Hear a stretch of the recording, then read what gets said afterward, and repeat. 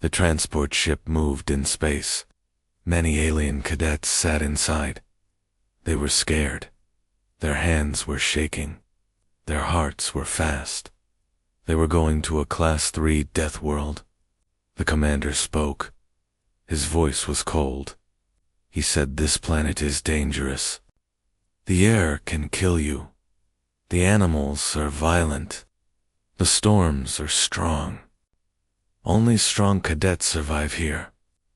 The aliens felt fear in their chest. They looked at each other with worry.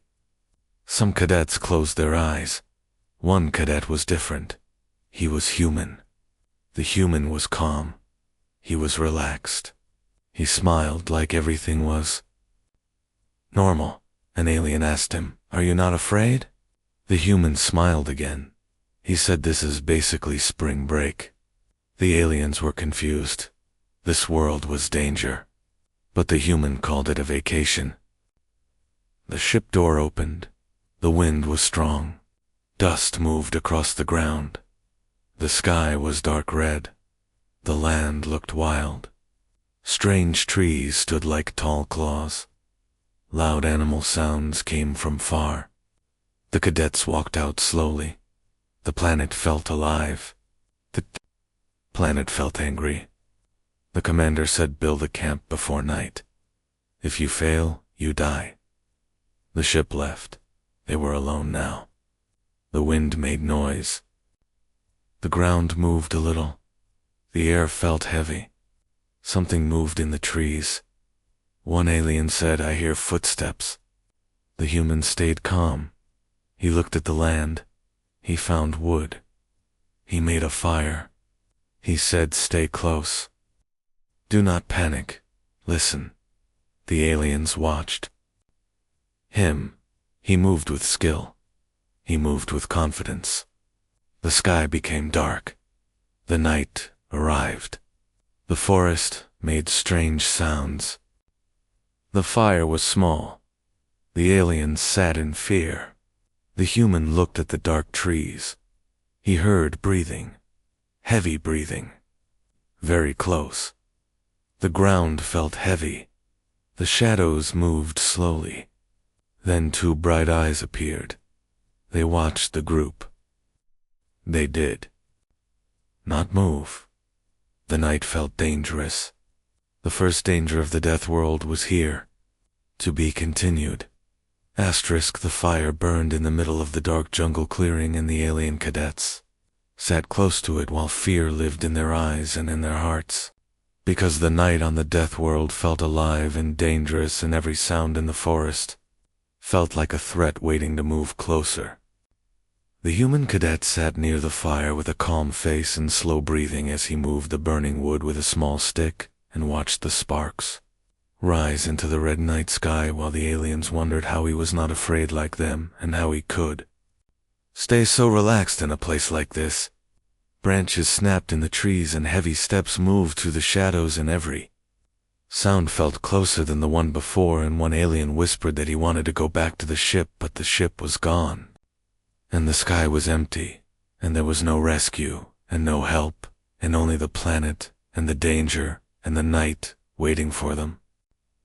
The humans spoke in a soft but strong voice, and said they must not run and must not panic, because panic makes mistakes, and mistakes cause death on worlds like this. And he said the creatures were not hunting yet, but only watching and testing, because Redditors wait for fear, and they wait for someone to run, since prey that runs always gets chased. The aliens felt more afraid, but they listened and trusted his words as he stood for a moment and studied the ground and the broken branches and the tracks, and then came back and said the creatures were only watching them for now, so they needed to stay together and keep control. A loud roar echoed across the valley, and the ground shook under their feet, and shadows flew across the sky, and the aliens froze while the human listened carefully and said something big was moving near the ridge. And they needed more fire and more light, because fire meant safety and power and control in the wild. They gathered more wood and fed the flames, and the fire grew bright and wide across the clearing while the jungle watched them. in silence until the roar came again, even louder than before, and dust fell from the trees and heavy footsteps moved closer toward them, and fear filled the cadets again, but the human raised his hand and told them not to fire unless there was no choice, because acting in blind fear could attract more danger. The creature stepped out of the trees, and it was huge, with thick, armored skin and long claws and bright yellow eyes and steam rising from its breath as it circled the fire and studied the group, while the aliens shook in terror and the human stayed still and calm, because he understood that the creature was not hunting but guarding its territory and testing them like a ruler of the land. He showed respect, not weakness, and lowered his head slowly, and the aliens copied him, and the creature sniffed the air and gave one last powerful roar that shook the trees, and then turned and vanished back into the darkness of the forest, leaving the group alive but shaking. The aliens almost collapsed from fear, but the human reminded them that survival on worlds like this was not about strength but about control, awareness, and trust in each other, and he told them to sleep in turns while half of them stayed awake to watch the fire and guard the camp through the night. The human stayed awake longer than the rest and watched the trees and the shadows, while the jungle whispered and the wind moved through the leaves, and the world felt silent but dangerous, and he knew the night was only the beginning, and that this planet still had many tests waiting for them and many dangers still unseen, but they had survived the first night because they did not panic and because they stayed together and trusted the human who understood how to live on a world like this. The deathworld was far from finished with them, and the real trial of survival had only begun, and the next day would bring harder challenges, stronger fear, and new secrets hidden inside the wild land that waited for them in the darkness of the planet. To be continued. Asterisk. The morning on the deathworld did not feel like morning, and the sky was dim and the air felt heavy, while the ground was cold and the ashes of the night fire still lay on the soil as the alien cadets slowly woke up with tired bodies and weak minds because fear from the long night was still inside them.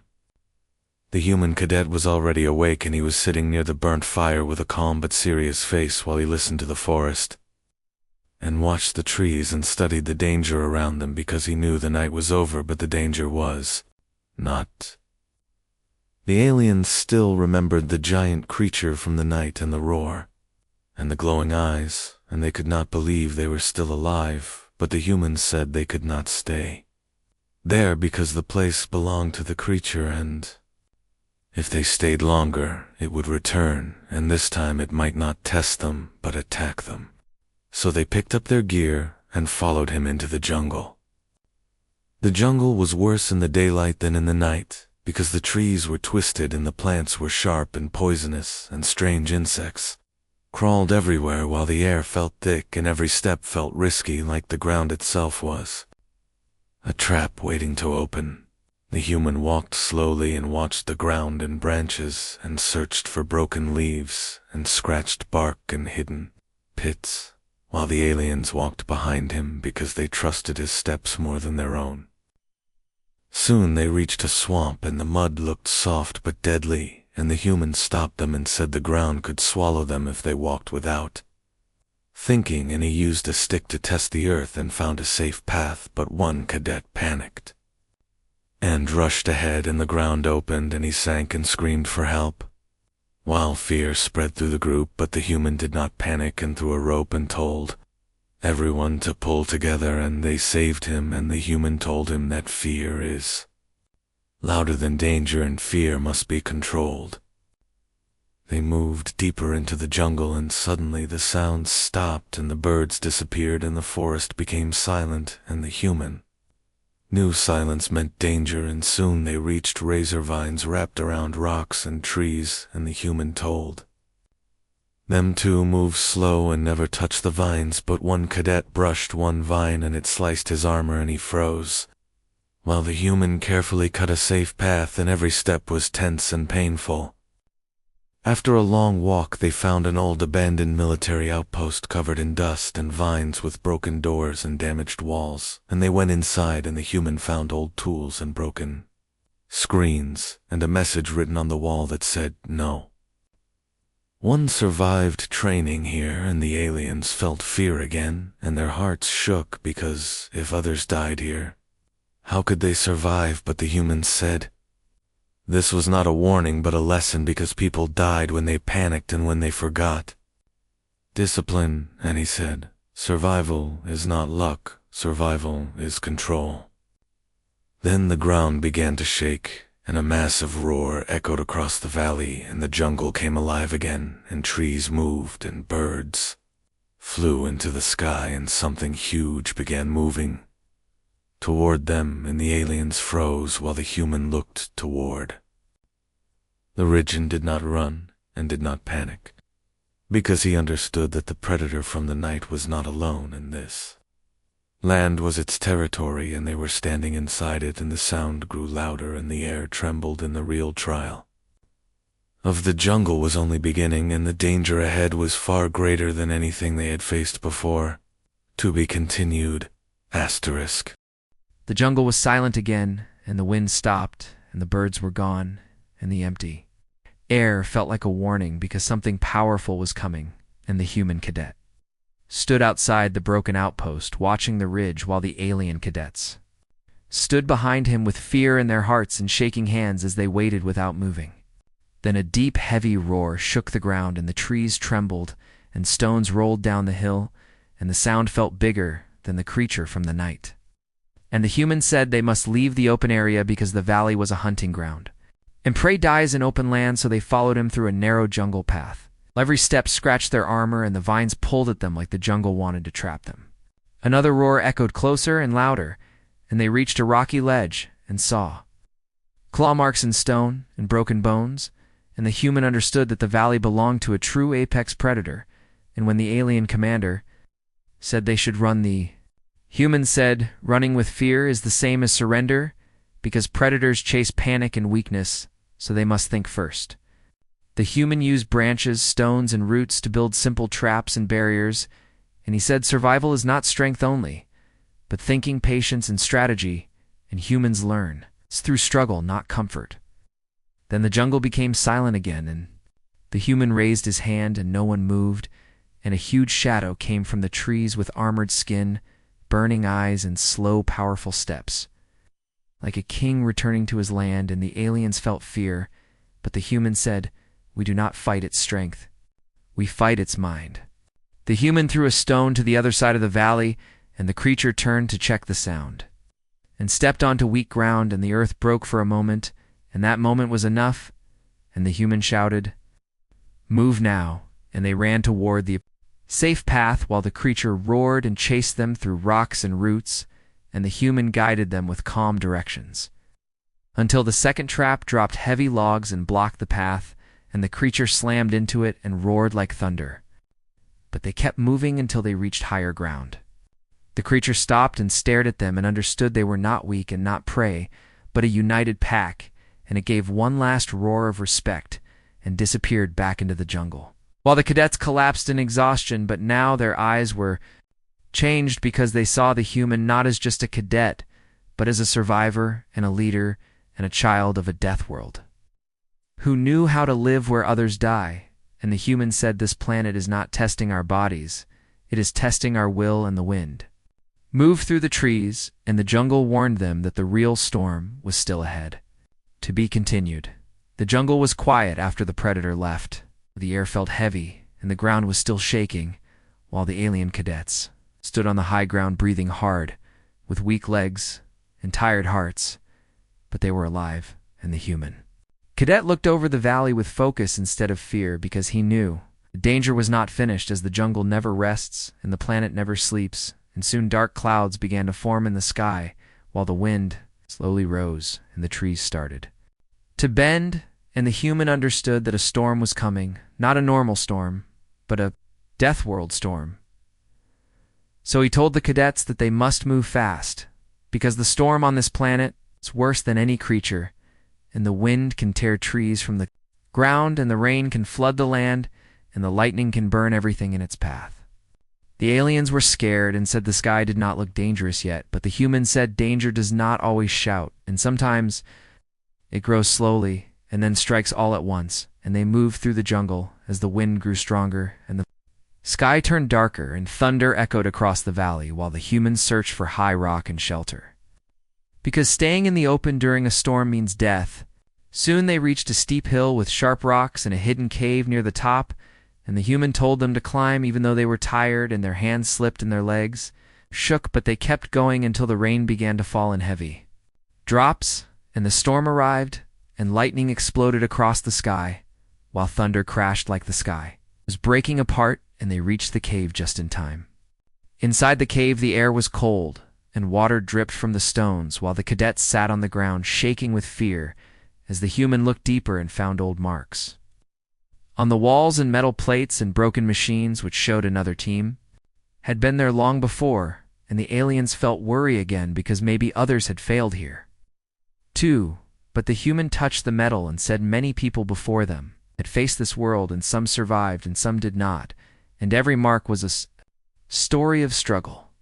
One cadet asked why humans were not afraid like others, and the human stayed silent for a moment and then said, "Earth is also a danger world with deserts, heat storms, oceans, mountains, ice, earthquakes, fires, floods, and predators, and humans did not evolve in safety but in struggle, and they became strong because they had to.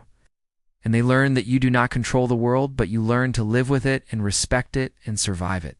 The aliens finally understood him while the storm outside grew stronger and winds screamed through the jungle and lightning flashed again and again, but the human told them to stay calm because storms come and storms go, and the real question is, who remains after the storm?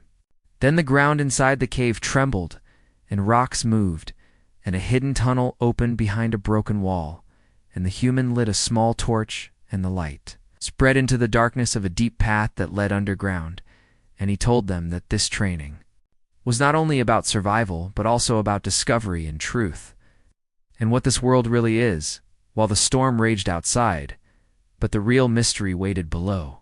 To be continued. The storm roared outside the cave while lightning flashed again and again, and thunder rolled across the mountains like a giant heartbeat, but inside the cave, everything was quiet and cold and heavy, and the air felt old as the tunnel. Ahead waited in silence, and the human cadet stepped forward with slow, careful steps, while the aliens followed behind him with fear in their hearts and fast breathing as their eyes watched every shadow and every sound around them. The cave walls were covered with strange marks and symbols and old scratches, burned into stone, and when the human touched them, the rock felt warm like the cave itself was alive. And they walked deeper underground while the torchlight flickered on the twisting tunnel walls, and water dripped from the ceiling, and the ground vibrated softly like something was moving far below the earth. The aliens whispered that they should turn back, and said this place was not part of training and not built by the military. And the human agreed, but he also said the tunnel was not natural, and it was built long ago by something or someone.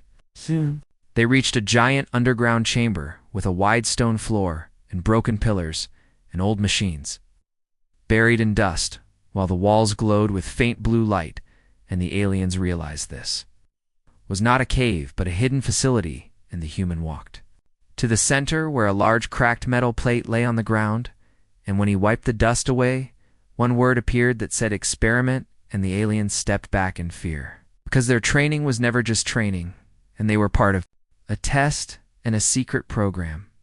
Suddenly the ground shook hard, and rocks fell from the ceiling, and dust filled the air, and the floor cracked, while a deep roar rose from below, not like an animal and not like a machine, but something ancient and angry, and a massive shadow climbed from the lower tunnels with armored skin and glowing eyes, and the human understood that the predator was a guardian, and that this dangerous world was shaped on purpose, and danger here was designed. The creature charged, and the ground shook, and the human threw a bright flare that blinded it for a moment, and he shouted, "Run!" and the cadets ran toward the tunnel while the chamber collapsed behind them, and rocks fell, and the tunnel broke apart. and they crawled and climbed and struggled for their lives, and the human grabbed a cadet, who slipped and pulled him up until at last they saw light and wind, and they burst out of the cave as the entrance collapsed and sealed the creature inside, while its roar echoed from below but could not reach them. The cadets fell to the wet ground, breathing hard and shaking in fear and exhaustion, while the human looked at the blocked cave with calm eyes, because now he understood that this was not only survival training, but a hidden secret and a buried truth, and he said, "This planet is not testing if we can survive it, is testing what we become when we survive." And lightning flashed in the storming sky, while the real storm remained inside the truth they had discovered. To be continued. The storm in the sky was fading, but the storm inside their minds was still alive as the alien cadets sat on the wet ground, breathing slowly with shaking bodies after the escape, while the cave behind them was sealed and the creature was trapped below, but the truth was still open, and the human cadet stood quietly with calm eyes and a heavy heart, because he knew what they had seen inside would change everything, and now everyone understood that this was not training, but a program, a test, and a secret. The alien commander asked why such a place existed, and why someone would build danger and turn a world into a weapon, and the human looked at the sky and said, "Some people do not want strong soldiers, they want survivors, and they created Deathworld. Academies where fear tests the body, pain tests the heart, and pressure tests the soul." And now the cadets understood that this world did not create monsters, it created survivors, but at a cost. A deep roar echoed from far away like the voice of the planet itself, and the humans said the world was alive, but not evil. It was used and twisted, and suddenly dropships appeared in the sky, and rescue crafts came down through the clouds as officers stepped out with cold, serious faces, expecting fear and weakness. But instead they saw courage in tired eyes and unity in broken bodies. The officer asked how many failed, and the commander said no one. And the officer was shocked because the record showed the highest survival rate ever. He looked at the human and said, "You were the difference." But the human said no, it was teamwork, trust, hope, and discipline, and they survived together. And the officers had no answer, because deathworlds were built for fear, not teamwork, but this team broke. The system and proved unity is stronger than fear.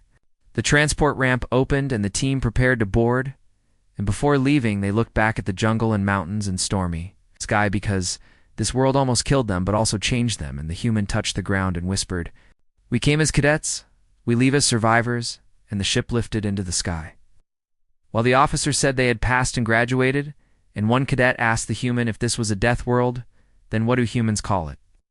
And the human smiled and said, "We call it a challenge," and the ship flew into the stars, while the planet below became silent again, but the legend had just begun. The end.